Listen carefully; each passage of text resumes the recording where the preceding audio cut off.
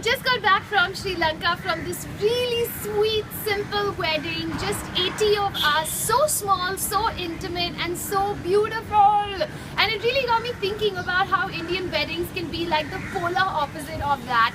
Big, lavish, sabse bada, sabse glamorous.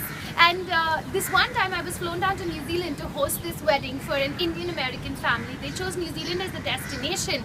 And these guys actually got Balair Mehndi to come down and perform when the Bharat was going through the streets of New Zealand, which they shut down, by the way.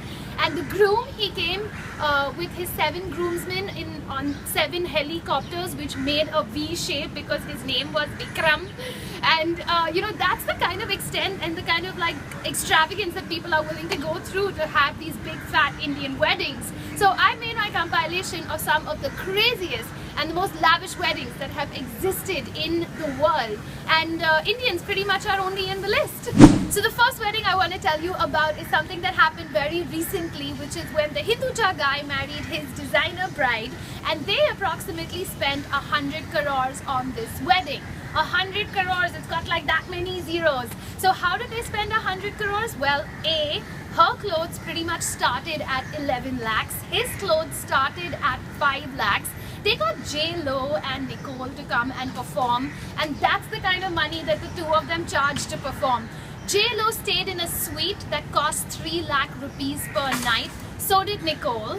They hired maybe like 208 jets for the 360 guests that came in from around the world.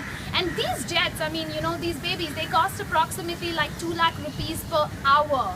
They spent approximately 3 crores on the number of BMWs that were flown in from Mumbai to Jaipur for this extravagant wedding. So yeah, total it all up, you get 100 crores. So you would think that a dad that gets both his sons married at the same time is being a little stingy, but not Subrata Roy, who owns the Sahar Group. He spent a whopping 552 crores on the wedding of both his sons in Lucknow. So how do you land up spending 552 crores on a wedding? It's quite simple. You get the British Symphony Orchestra to fly down in a private jet, and you get them to perform only Indian songs. You get the who's who of Bollywood to come and attend your wedding, and not only do you get them to attend your wedding, but you also get them to come in and perform. All the politicians happen to be there, including the late chief of the Shiv Sena, Bal Thackeray, and the then Prime Minister of India. 101 cuisines from around the world were served at this wedding, and then you say, oh, I'm going to open my heart out and also perform the wedding of 101 underprivileged girls. I mean, do even kings and queens get married in a 552 crores?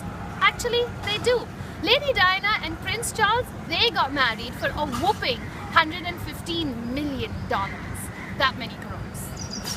And who said that it's only like these rich tycoons that are spending so much money on their weddings? Our politicians, they're pretty much not far behind. When this Congress minister's son got married, he was actually gifted a Bell 429 helicopter as a gift from his in-laws. 250 crores was spent on this wedding. How? Well, only 21 crores was spent on his Tika ceremony. 15,000 people attended this wedding, and each person that attended was given a shagun gift of 11,000 rupees, a safari suit and a small silver biscuit.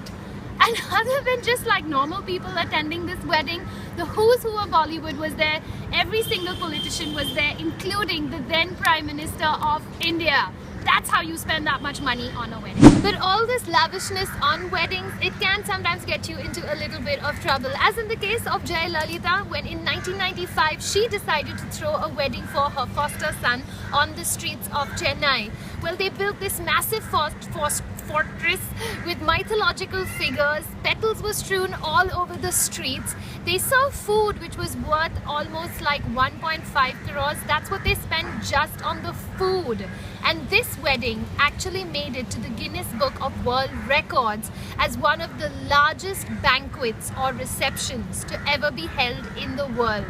150,000 people attended this wedding. It kind of got her into a little bit of trouble, and that was one of the reasons that there was an inquiry against her. So that's it from me. That's been some of the craziest and the most lavish weddings that we've ever seen in the world. And woohoo! Once again, India seems to top the list.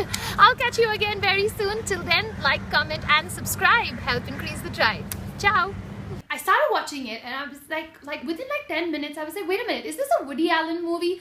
Because the opening dialogues were so Woody Allen. The opening title was so Woody Allen. Brain drain, the ultimate waste of national resources, as planners put it. Especially in the 1990s, when booming Silicon Valley was the land of a million opportunities for talented young Indian engineers.